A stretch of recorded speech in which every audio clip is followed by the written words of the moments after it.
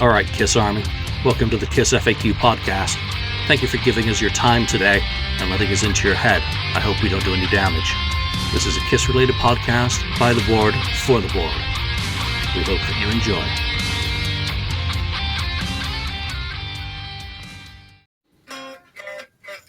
Hi there and welcome to the KissFAQ Podcast. Today it's me and Mark and we're going to talk about Kiss riffs. And today we've picked some obscure Kiss riffs, so we'll see if you can recognize them. And while listening to the show, please feel free to comment on the YouTube page with your own favorite obscure Kiss riffs. It will be pretty cool to see what you like. So hello Mark, and I hope you're doing well over there in Canada. Hello, Daniel. I'm doing very good. It's very nice weather over here. It's nice and mild. We're having a very mild winter, which is very nice. Yeah, that's nice. I wish it was the same case over here, but it's not. It's been the coldest winter in ages, actually. I don't know what's wrong. Yeah, but it's getting better. So today we're going to pick 5 riffs, and we'll list them from number 5 to our absolute favorite. And Mark, why don't you start with your number 5? Let's see what you've brought to the table.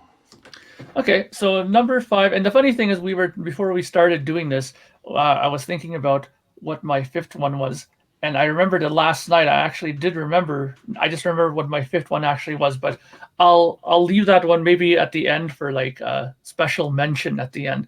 But the one I picked now for it is a song that I really like, and Dynasty is a record that I've always talked very highly about on the podcast as being one of my favorite records, and a record that sounds very much like New York City to me when I listen to it. But this song is a song that Gene wrote, and Gene always comes up with these interesting sort of guitar riffs, I find. So let's take a listen to me doing Charisma, and it goes something like this.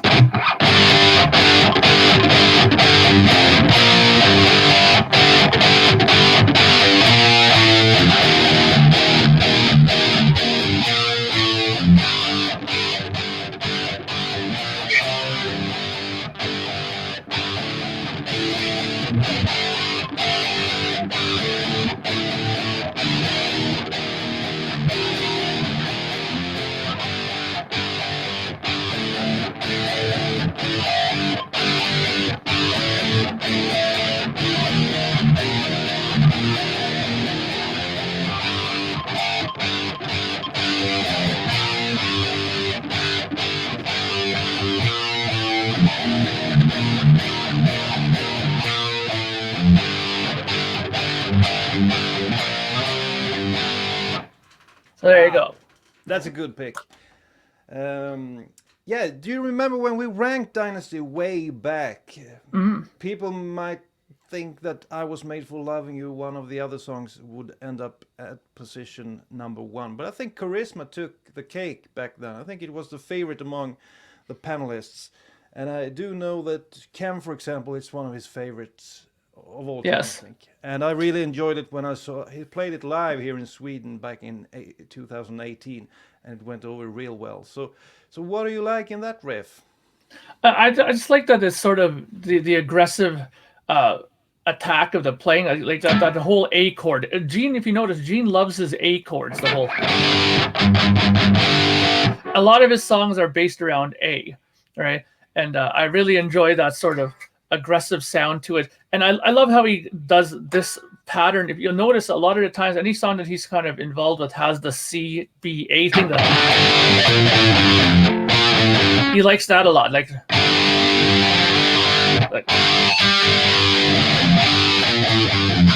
you'll hear that a lot. That progression, right, in there a lot. Yeah. But I really think that he likes to keep it simple, but it's always catchy. You can always kind of immediately know what he's doing when he plays these kind of songs, you know? Yeah. My first pick kind of reminded me a little bit of Charisma, but it's written by Ace, and it's an old song. But it's also simple power chords, but there's something in the song that makes it so cool. I think it's kind of a dark song. It goes like this.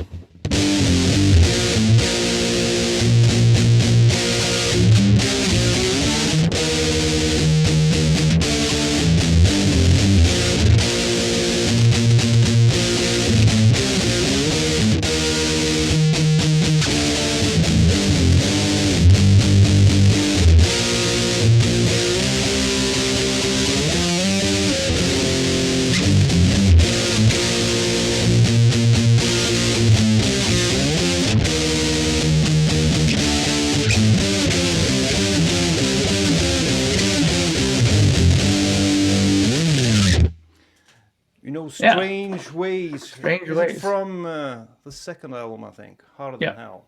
Yeah.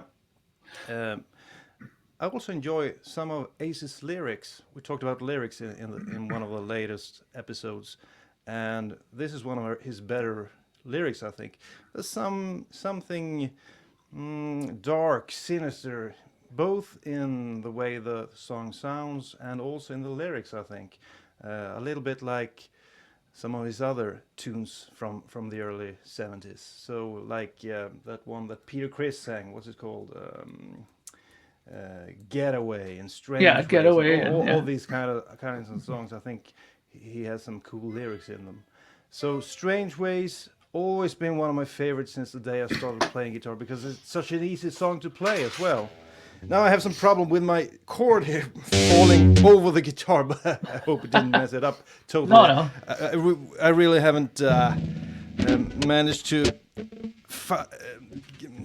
get a hold of how I'm supposed to have the guitar and the chords and everything, but I think you got the hang of it, and it's a cool song. It's a cool riff, so I hope you guys listening go back and play that song and turn up the volume to 10. It's well, cool. that one is actually one of the songs. When we talk about Hotter Than Hell, we always seem to talk about how we don't like the sound of the record, how it sounds very muddy and stuff like that.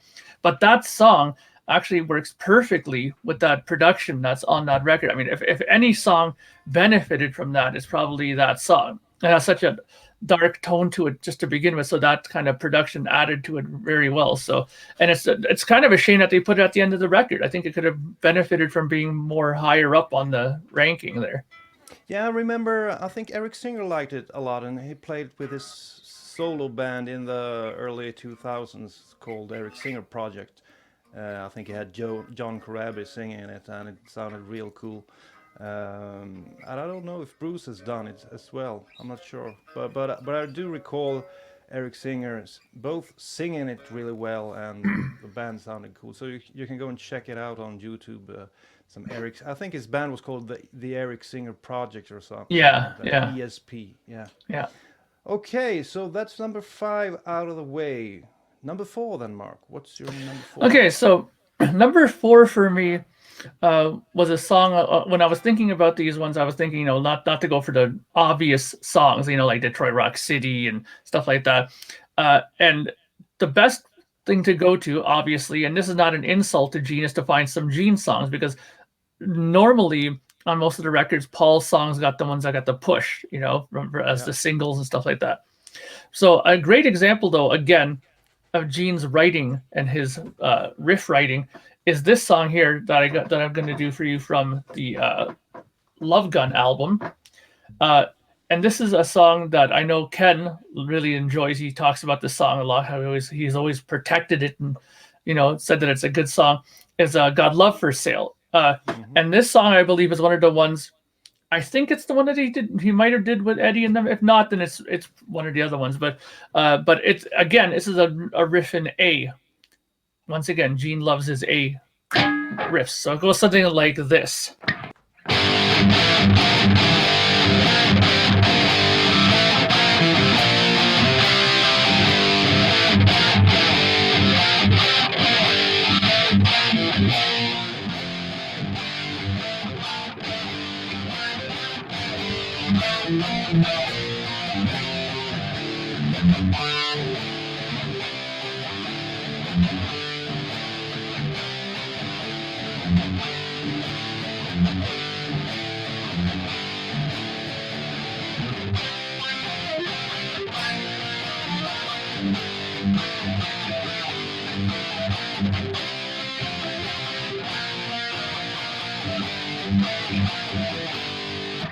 So there you go. Cool. So that's kind of like the standard A sort of progression that he does in there. What I love about this part, though, is that instead of just doing a straight E chord in the pre-chorus part, he does that little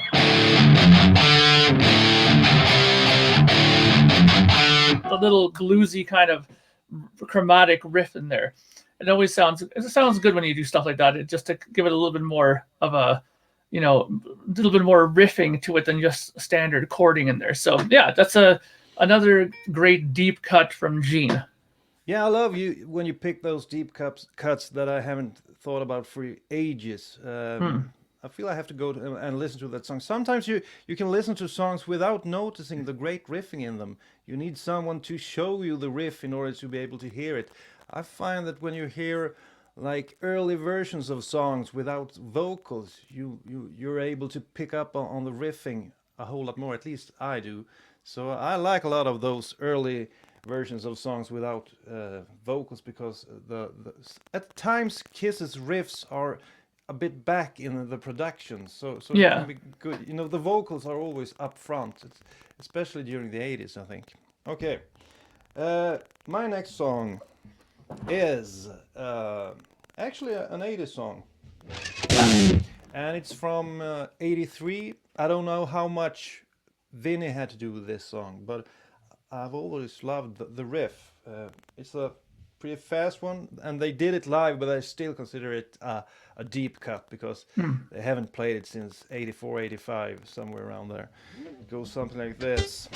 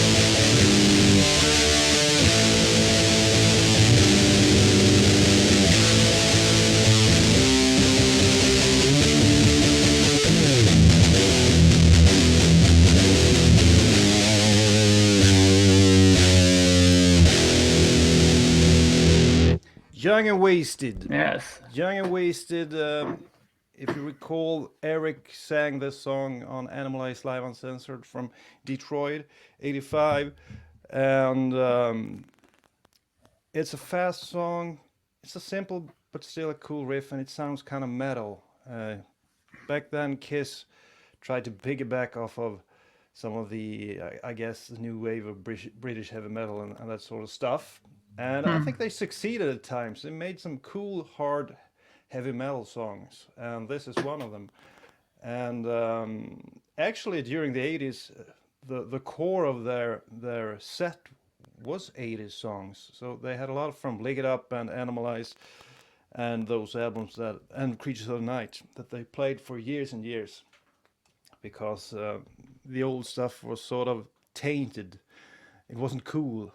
That decade, but then they started to blend the old stuff and the new stuff when it came time for the Hot in the Shade tour in 1990. But all the way through the 80s, they played a lot of these sort of type songs, and I still enjoy them. And I think Lick It Up is one of the strongest albums from the 80s. Asylum is, of course, one of my favorites, and Creatures as well. But Lick It Up still is cool, and this is one of the cool songs off of that album. What's your relationship to Young and Wasted? Do you remember Eric Carr singing it and that stuff? Oh yeah, I mean, I remember when I first saw Animalize, the live show there in Detroit, and I was always impressed by him singing that because, number one, it's a very fast song, not only on guitar, but can you imagine playing it on drums and having to sing that as well? I mean, I'm surprised he wasn't like breathing heavily in the microphone trying to do it. So it just shows that how much stamina he had as a drummer and how good a singer he was. I mean, that can't be stressed enough at how great a singer he was. And they should have really let him do more vocals on Kiss albums. I think that was one of the mistakes that Kiss made in the 80s, was not letting him sing on a record. Especially when he brought some pretty good stuff. Like, he had some songs that were way better than the stuff they used for Crazy Nights and Hot in the Shade. But I think it had to do something with Paul and Gene not wanting to,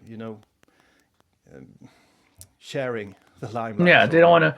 Well, if you think about it, back then they were kind of running to a bit of monetary trouble too. They weren't exactly selling as much, and where those guys make a lot of money, of course, is from songwriting credits. So if you start giving those songwriting credits away to other people, you start getting less, and those guys probably weren't happy with that idea, right? So One cool thing with these old songs is that nowadays you can go on YouTube and that sort of stuff and find people who play drum covers, guitar covers, and all sort of stuff. And I enjoyed a guy playing the drum, making a drum cover when you're focusing on the drums. yeah, And as you said, just imagine playing that kind of stuff and also singing. But there are some cool drum covers, and there's a cool cover of this song on YouTube that I recommend if you're interested in these type of songs. Okay, so that's number 4 out of the way. Moving on to the bronze medal, number 3. all right. Mark. So this time I'm just going to talk about it a bit, but I'm not going to tell you what it is because I've been noticing that Daniel's been playing it first and then telling you so that you can kind of guess what it is.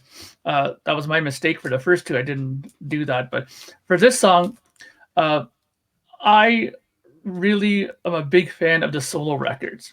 Ever since they came out in '78 and my older sister bought some of them, I was always fascinated by it because I think she had 3 of them. I think she had Gene's, she had Paul's, and she had Peter's actually. So she didn't have Ace's at the time.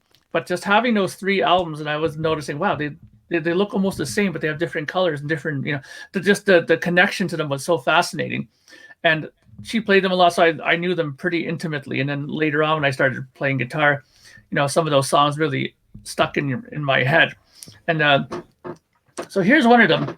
This is not exactly a popular song from this album, but I think among Kiss fans, they really like this song. So it goes something like this.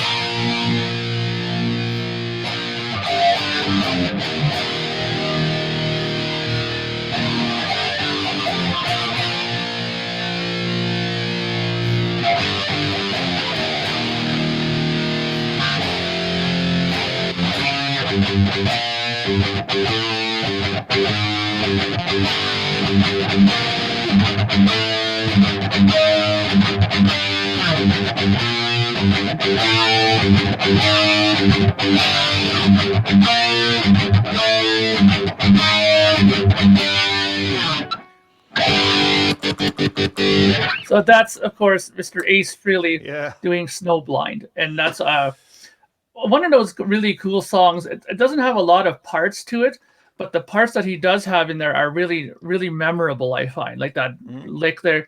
And what I find really cool about that introductory riff is that basically it's the same thing, but in different positions. Like that's the same thing as, but it's just different positions, and there's some different notes added in there, different chordings, right? So I think that it's very, very cool how he wrote that, because I think on the album he might have combined those 2, but when he plays it live, he separates them. One time he does the one down here, and then one time he does it down here. So great song. Again, of course, the topic matter is something that he knew very much about, which was cocaine, Snowblind. But it's such a great song. And again, it has a lot of his signature kind of playing in there from top to bottom. That whole album is, to me, is a 5 out of 5. Yeah, I agree. It's one of my favorite albums, the Ace Frehley solo album from '78. Unfortunately, I was never able to repeat it, even though I kind of like Trouble Walking from '92. I think it's a pretty cool album as well. And the first Frehley's Comets is okay as well. We'll see what happens with the new album, 10,000 Volts. Yes. Some people say that it's more of a trickster album than an Ace Frehley album, but we'll see. I kind of liked the first song. I thought it was kind of cool. But that's the first time Ace stole a title from Black Sabbath, Snowblind. He did the same when they did the Psycho Circus album, Into the Void. That's actually a great Black Sabbath song as well. Well, we've played Black Sabbath on earlier previous shows because it seems that Black Sabbath has been an influence for both you and me, and of course some of their early albums are killer. Oh yeah. Yep. Number 3 for me then. This is a little bit of a newer song from the 90s, and we've played Unholy. You liked Unholy, I like Unholy as well, and this is from the same album, and it's also a Gene song. They actually did it live during the mid-90s, but it hasn't been played since then. Maybe he did it on his solo tour, but I kind of like the riff, and actually it's lifted off of a song from an album with Tommy Thayer.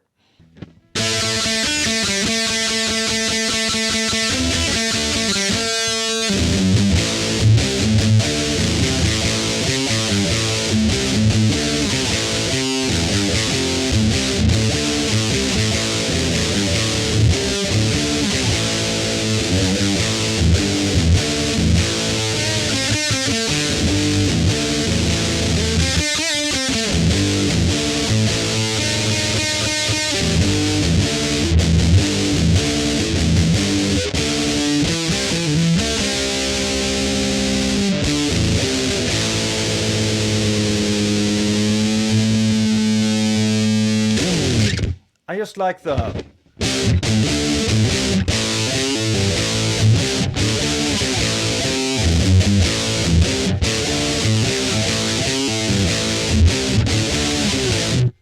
I kind of like that riff that he uses, and I know they did it on it was the Black and Blue album with Tommy Thayer, and he kind of ripped it off. Yeah. I guess Paul didn't know it, but otherwise he would have stopped it. But I always like the parts in Domino. I think it's a well thought out song. The intro is pretty cool with the picking, that kind of stuff, and sort of a boogie riff all through the song, and you have a cool bridge as well, and the ending is kind of a cool with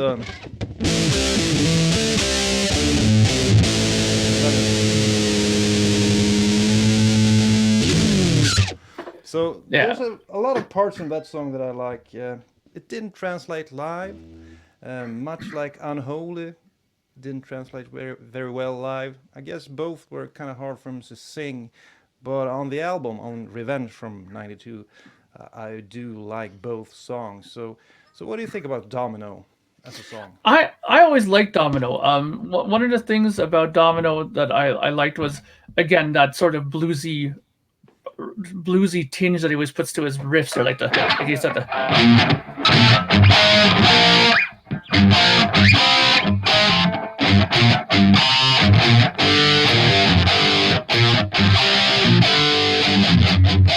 like that again. There's that G thing that he does there, right? Yeah. So, but I always thought that was very cool. The thing that's interesting about it for people, if they want to know more about it, you were mentioning that it is a song that they got from Tommy Thayer. Actually, I think that on the early the box set, that 5-disc set that came out in the 2000s, there's a demo of that song that he sings Domino on there, and it's just the other band that plays it. And he just sings on it, right? Mm-hmm. So there is an early version of it, like a demo version on that box set that came out, which is interesting to hear, because it's pretty much the whole song there. Mm-hmm. It's just Gene just pretty much said, okay, thank you, I'll take that, and that was that, right? So, but it turned out to be a great song, and of course the problem with it live is that Gene sings in a lower register on this to make it sound mean. And in the studio, you can do that because you can go into your mixing board, turn up the gain so that he doesn't even have to sing very loud. He can just go, never had, like he can just sing really deep and low, and it sounds fantastic in the mix. But when you have to go and sing in front of 20,000 people and the PA system's already loud as hell, and you have to try to get your voice over that, it just didn't translate well, right? So, but it's a great song nonetheless. I think he has quite a few cool songs on Revenge. So Bob Ezrin maybe did some good work on that album. So we have to give him props where props are due. Okay, now we're on to your second favorite, number 2. Let's hear what you picked for number 2. Okay, so number 2 again. This is from the solo albums, and I'll never forget the first time I heard this because, as I said earlier, my sister had 3 of the 4 albums, and then when I finally got the 4th album, which obviously I did Snowblind earlier, when I got this album and I first heard it, this song immediately just caught me right away, and I thought the first time I heard this, I go, "This is going to be one of my favorite records easily for sure," because it had such energy, and this song also had some really, really, really killer drumming on it. So let me play a bit of this for you. It goes like this.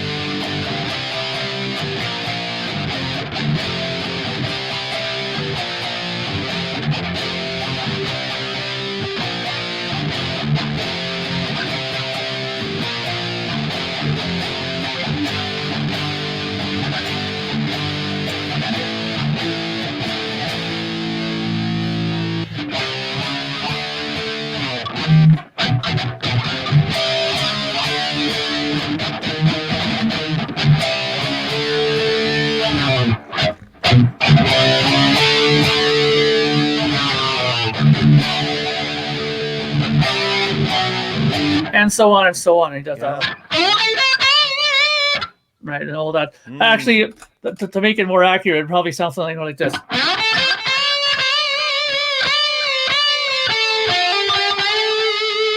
So it's that kind of pentatonic E that he does in. But again, the first time I heard that song, I was like, wow, like it just had so much power, so much energy into it. And it had some great singing. Like I was really surprised the first time I heard him sing that. I was like, wow, he really was pushing, and it sounded really cool, right? And of course, when Anton did those drum fills in the middle there, that was I was completely sold.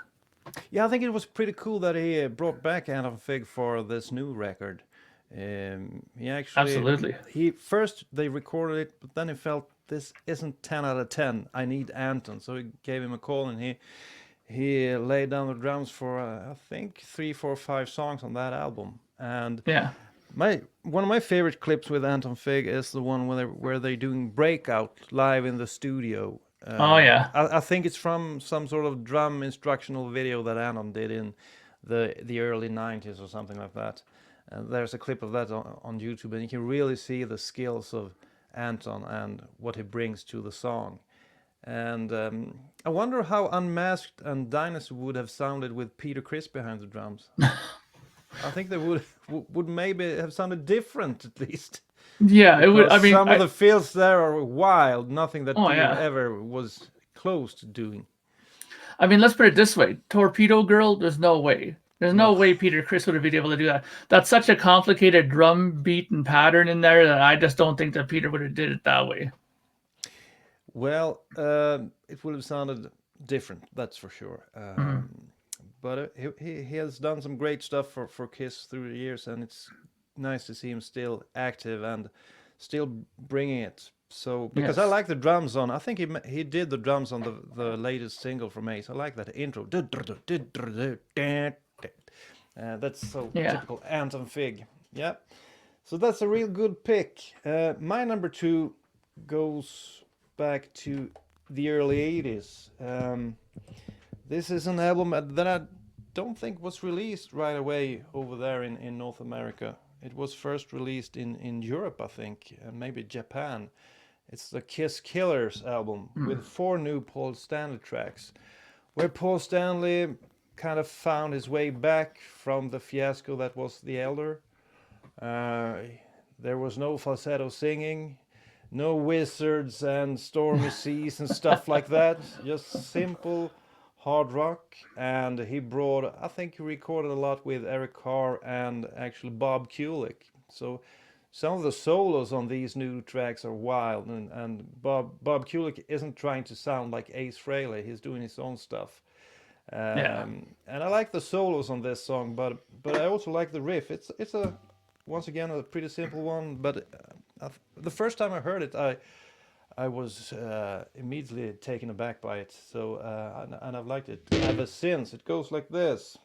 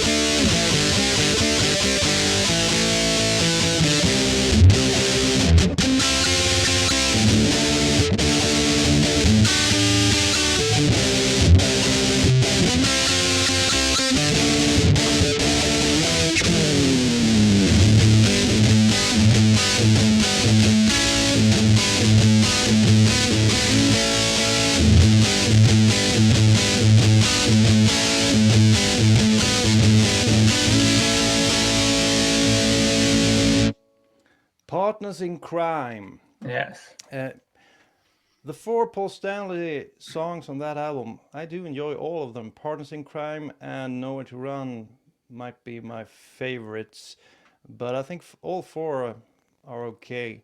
And it's mind-boggling to think that he could do these kinds of songs in that short amount of time. 4 songs, you know, I don't know how many months passed between The Elder and Kiss Killers, but it wasn't even a year. And he brought this kind of stuff. And they are kind of this is kind of a throwaway on that album. It never got the recognition it needed. Much like maybe those songs on the Fourth Side of Alive 2. Some of those songs I would like to see on a regular studio album, like All American Man and Rocket Ride and that kind of stuff. So there are some great songs on these compilation albums. It can't be said about the compilation album from '88. Those 2 new songs belong on that compilation album, nowhere near a studio album. You know, XSX and Rock Hard. But this cool riff, and of course, by this time, Paul Stanley's vocals were so awesome, and he sings his heart out on this song. And especially on Nowhere to Run, I think is one of his best vocals ever, maybe. So what do you think about Kiss Killers and Partners in Crime? I love Kiss Killers. Actually, from what I remember, back when I was pretty young and I was going to the music store, I remember seeing Kiss Killers on vinyl, and it had that big, import sticker on it. And that's one of the very first vinyl records I ever bought, actually, was Kiss Killers. Just by myself. I was like, hey, could I buy this? And my mom's like, okay, great. And she gave me the money and I bought it. And I really loved it because, again, early on, I was pretty young then. And because it had songs that I knew, like, Rock and Roll Night and Cold Gin and all these other songs, the greatest hits on there, I immediately wanted to grab it. And I thought that the picture was interesting because it had this odd pink background and their haircuts were all different, and it just immediately took me by surprise. But now, like, listening to it nowadays, songs like Partners in Crime and I'm a Legend Tonight, they're kind of forgotten gems in my opinion, because they're not bad songs at all. I mean, I think the weakest one out of the 4 is Down on Your Knees. I think is the one that's sort of the weakest of the 4. but they're all pretty good. But the definitely nowhere to run is the real standout on that. But there's some great riffs on these songs too. So way to go, Paul, for writing some classic material there. Yeah, so that's a deep cut from Kiss Killers. And let's move on to number one. What's your pick for number one, Mark? Well, number one for me, this was pretty simple. I mean, as you can kind of tell, initially when I started thinking of these songs and what to pick, I was sort of on a solo album kick. I was almost ready, believe it or not, to do it kind of exclusively solo records. I was thinking about maybe doing, Tunnel of Love or something like that. And then I realized that there was nothing really cool about those parts. And then I was trying to find something from Peter Criss's to do. And I was like, there's just no way. I couldn't do like, what's that? That's the kind of sugar Papa likes or nothing like that. I couldn't do it. So I stuck with the good stuff. And number one for me is going to be obviously from Paul Stanley's album. And I think you'll recognize it.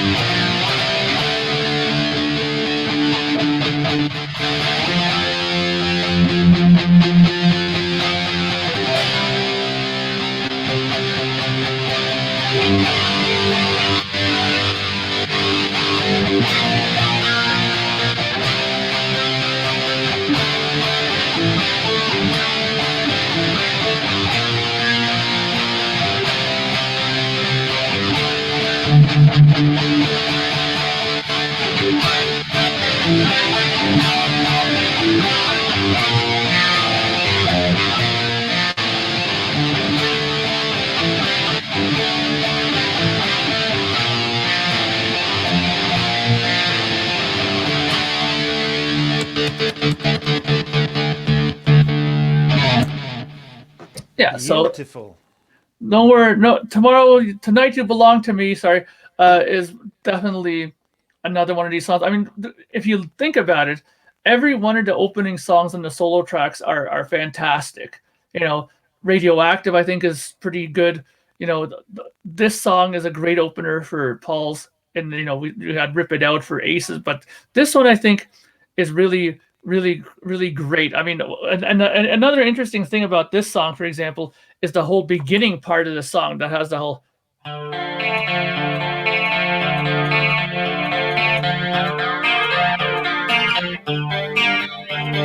So basically, that's played on 12 string, that part, right? And then there's like another high part like that comes, like that he does up high and doubles it, right? So that whole thing, when you listen to it, it kind of is almost a throwback almost to like I Want You, with that whole beginning, how he does it with the 12 string on there as well. So Paul was really into that sort of 12 string acoustic guitar, doubling it with the 6 string acoustic guitar and doing these little introductory pieces. Even if you think about it from the very beginning, Black Diamond has that sort of thing as well with the 12 string at the beginning. So this is nothing new for Paul, but it's definitely something that he likes to do, where he throws in a light part and then you get into this really big, heavy, bombastic part afterwards. Yeah, and also much like when you talked about Tears of Falling, this is another song where he has like open breathing chords during the verses, and that's what works for him. Always when he tries to sing over a riff like some of the stuff of Carnival of Souls, it really work. I prefer when he does the Tears of Falling type of riffs. It works for his singing much better. Okay, that's a great pick and a great album.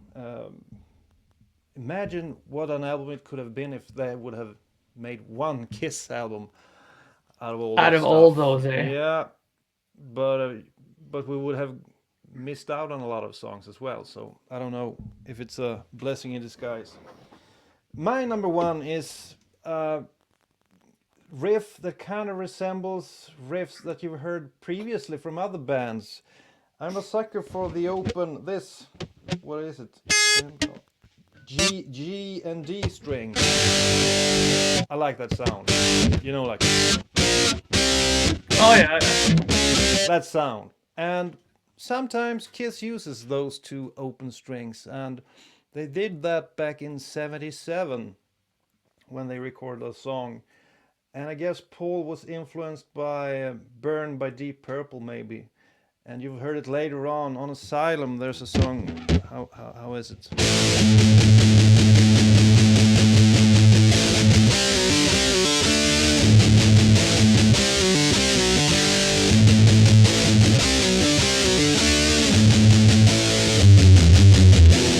It's kind of the same thing, but the one I'm going for now is from Alive 2, the studio side. It goes like this.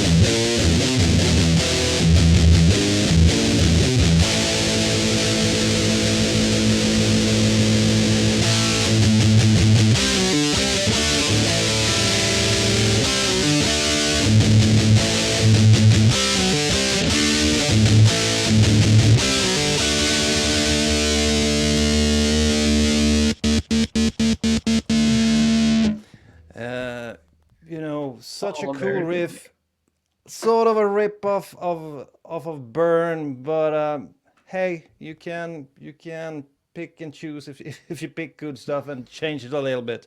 I always loved that riff, and also Bob Kulick is doing a hell of a job on the solo and the fills, because I guess he was the one playing almost all the guitars on that song with Paul. Yeah. But imagine if they could have picked this one or Rocket Ride instead of Then She Kissed Me on Love Gun. Have one of these songs on, because I think Love Gun was the first album where they started to show some weak. It had its weak parts. Yeah. Love Gun. You know, moving on from Rock and Roll Over, which was a beautiful record, perfect, sounding great songs. On Love Gun, the cracks started to show, and it badly needed Rocket Ride and All American Man in order to make it a great album. But unfortunately, they were stuck on the fourth side of Alive 2. But I just love that open. Sounds so cool. So All American Man, if you missed it, well, I guess if you're watching this, you're a hardcore fan, so you know what it is. But I think in general people don't know that song, and it's unfortunate because it's a hell of a song. So that's my number one, and that's our 5 obscure deep cuts. I like the ones you picked, and of course I like mine as well. Yes. But if we move on and talk a little bit about our influences, in the previous episode we talked a bit about Sabbath. But if you think back, when did you actually start playing guitar, Mark? Were you 10 years old, 15, or 7? It was more like 14. I started 14 years old. 'Cause I remember I started picking up the guitar around 14. By 15, I was already, starting to get okay at it. And by 16, I was in the studio with my very first band doing a 4-song demo that was really, really pretty basic at that time. But still, at 16, we thought it was the greatest thing that we ever did. When you're, when you're young, you don't know any better, right? And just to be in a recording studio was like, wow, it was like so incredible to be inside there and, seeing the tape going and you're recording and you're so stressed out, doing it, but it was fun to do that stuff. But Black Sabbath was the very first stuff that, of course, that got me into playing guitar, like stuff like, oops, let me get back my sound.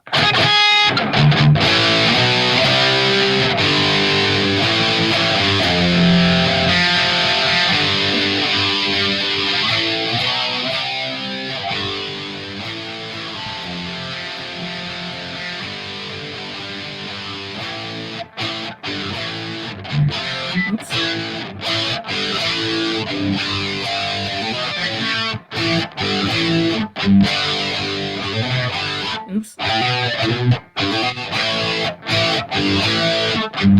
Yeah, it's been a while since I played some of this stuff. Yeah, or like, you know. Oh, what's a good note?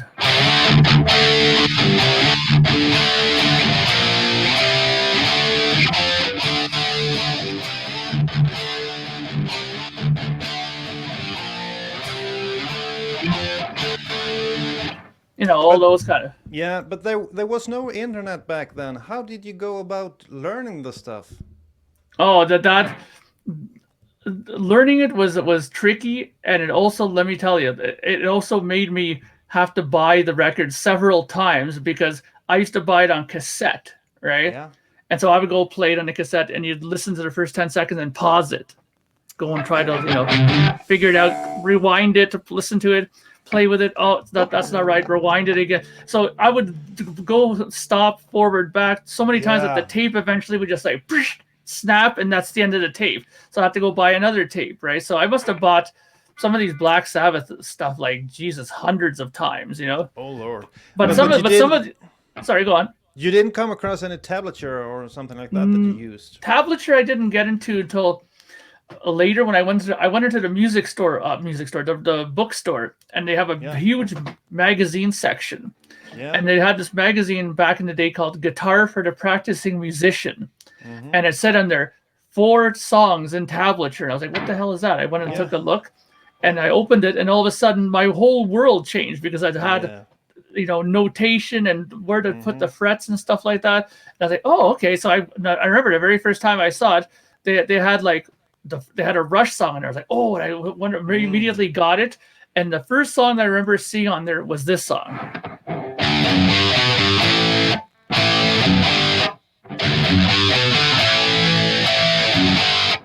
Right as soon as I was able to figure that out, I was like, this is incredible. I was so happy that I've discovered, you know, tablature. Yeah, tablature. I learned dozens of songs, you know. Yeah. I remember going with my mother. She worked at a school, and they had internet pretty early on at school. We didn't have it at home. So I followed her, and I printed hundreds and hundreds of pages of tablature just when the internet started, like in 95, somewhere around there. And I started off with Kiss, but then we played a lot of this.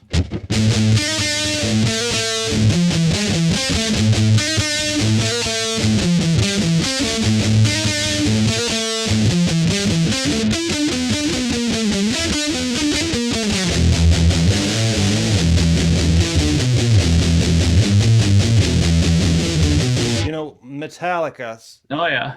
Metallica, the Black Album, was the shit back in 91. I remember playing ice hockey back then, and always before starting the games we played such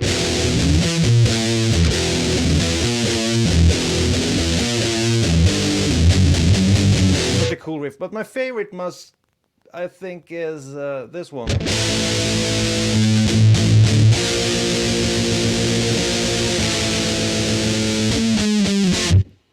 Whew.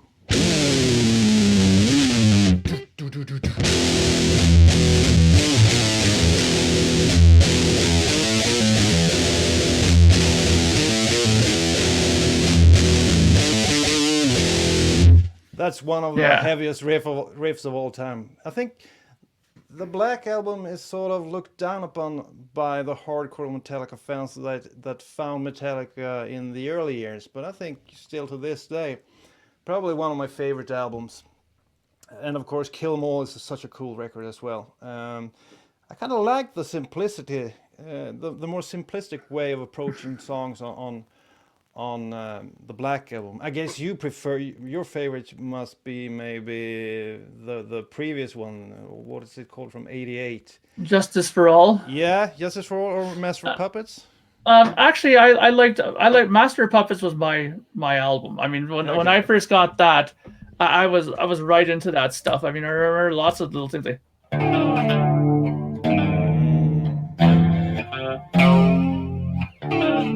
Oops. Come on.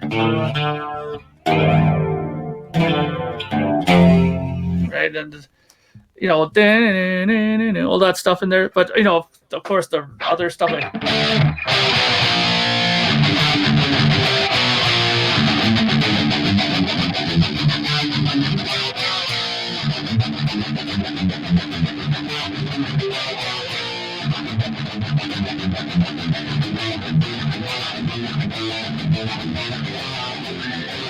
Like all that stuff was great. Yeah. And then of course another song I really loved off that album was the whole.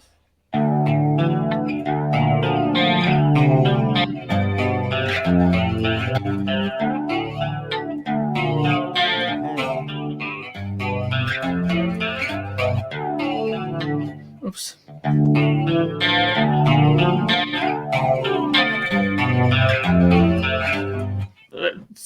Sanctuary, Welcome Home. That was always great. I mean, everything on that album, I really loved. I'm trying to remember. Like I used to know that whole album beginning to end.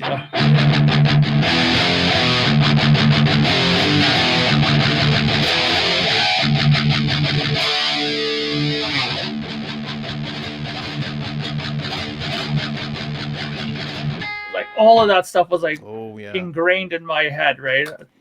Yeah, I think I like all the albums up to, but the last one I liked was actually the Black Album. I don't think I've really been taken aback by any of the albums after that. Do you have any favorite Metallica albums? Some people say that, for example, Death Magnetic is a return to greatness, or one of these two latest ones.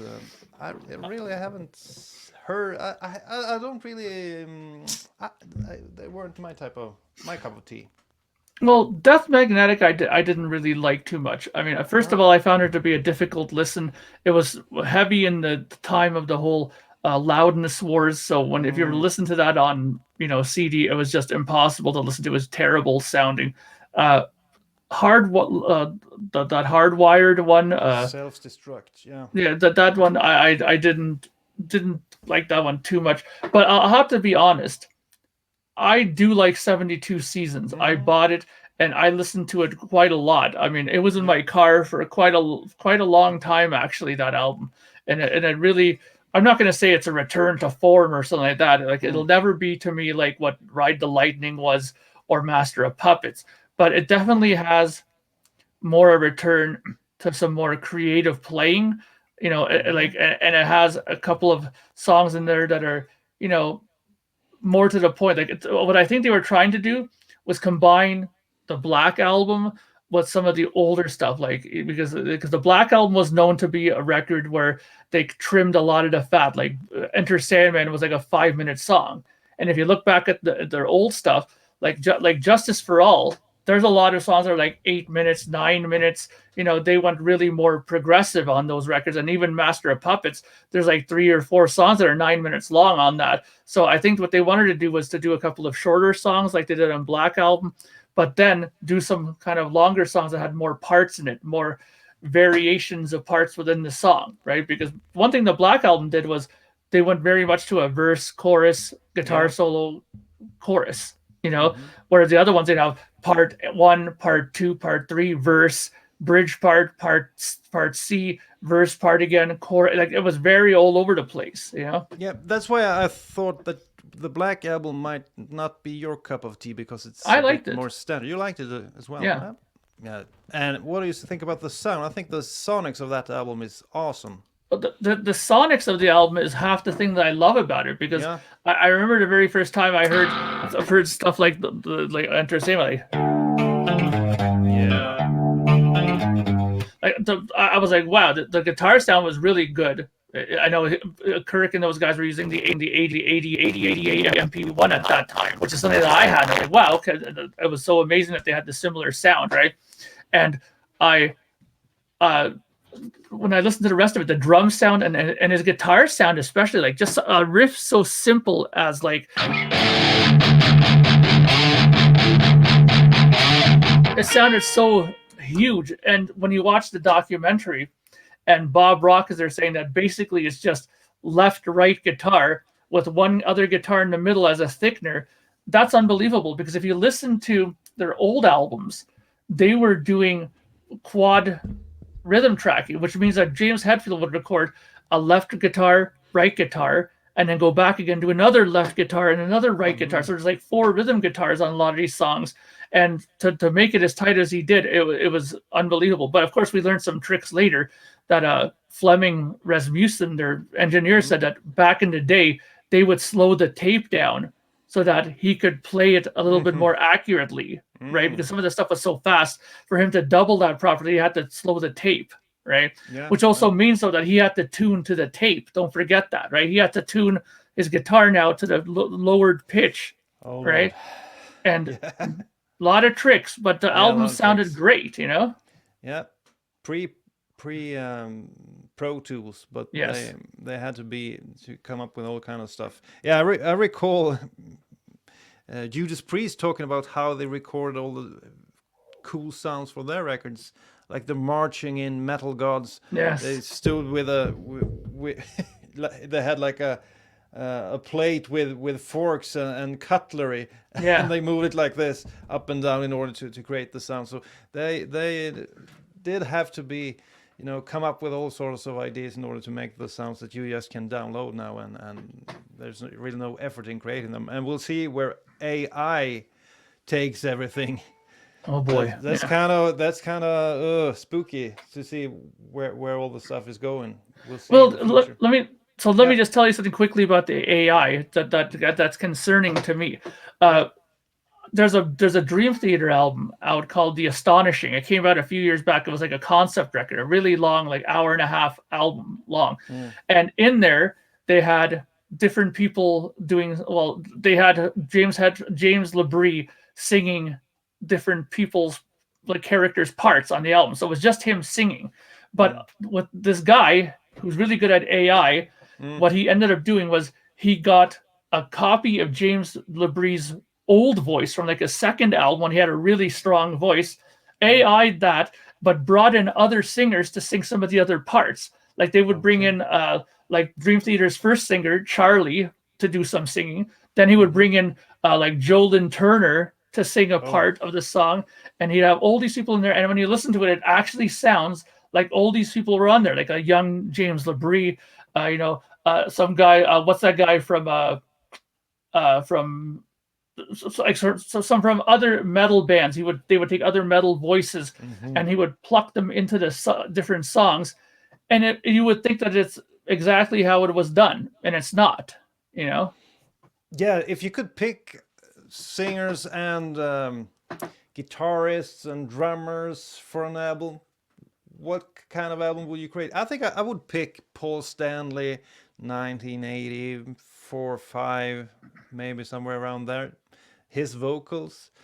I'd probably use Anton Fig as the drummer, and solo wise, I think I'd like if you could combine Kirk Hammett with the vocals of Paul Stanley, it could be kind of cool.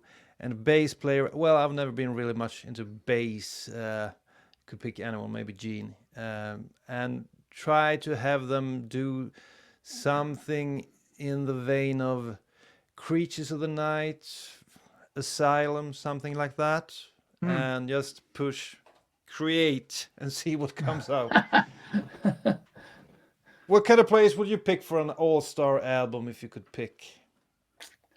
It's interesting because there's a lot of people out there that I think are fantastic that I'd love to play with. One guy that I'd love to get on a record is like Marco Miniman. He's a great drummer. I think that I'd love to get him. Or honestly, and this is the thing I realized this yesterday, is as much as I was annoyed by Mike Portnoy of Dream Theater, I come to realize that I really do love his drumming. I have to admit it. I have to be honest with myself. I think that he's one of the best drummers I've ever heard. Honestly, what do you think? He's back now. Yeah, he's back with them. Yeah. And I think the reason why I was so annoyed with him was because he reminded me a lot of myself. He's very controlling of his musical projects, and he's very, no, let's try it this way. No, let's do this. And I know when I was younger, I was kind of like that. Like even when I was doing concerts, the promoter guys I was in a band called Reckon with One. That's what we were called.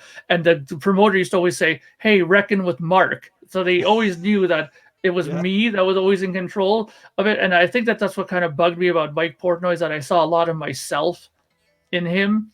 But I have to admit, he's a great drummer. So I would pick him for sure on drums. Yeah. I would definitely take Geddy Lee on bass. No questions asked about that. Yeah. I would probably take Paul Gilbert as another guitar player with me. I really love him. But vocalist, I mean, there's so many great guys. I mean, I would love to get like Ray Gillen, although he is dead now. But Ray Gillen's a great singer.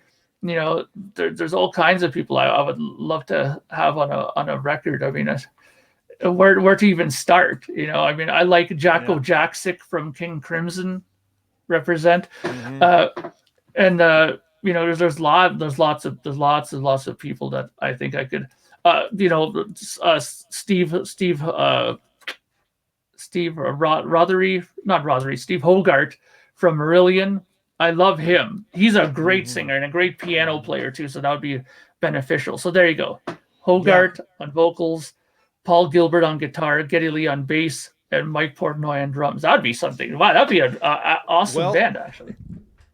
That album will probably land in the stores in 5 or 10 years. You'll see, someone will create it. Yeah, it's the future, and it's scary, but we'll see what happens. Well, I guess that's the time we have today, Mark. Thank you for joining, and it was fun to hear some of your favorite Kiss deep cut riffs. So from me and Mark, see you next time, and keep on rocking. Thank you for spending time listening to the KissFAQ podcast today. All sales are final, there are no refunds. If you'd like, look us up on Facebook or come over to the KissFAQ message board and discuss the topic we've broadcast today. Don't forget to rate us on iTunes, Spreaker, or wherever you've listened to the show. We hope you'll join us again.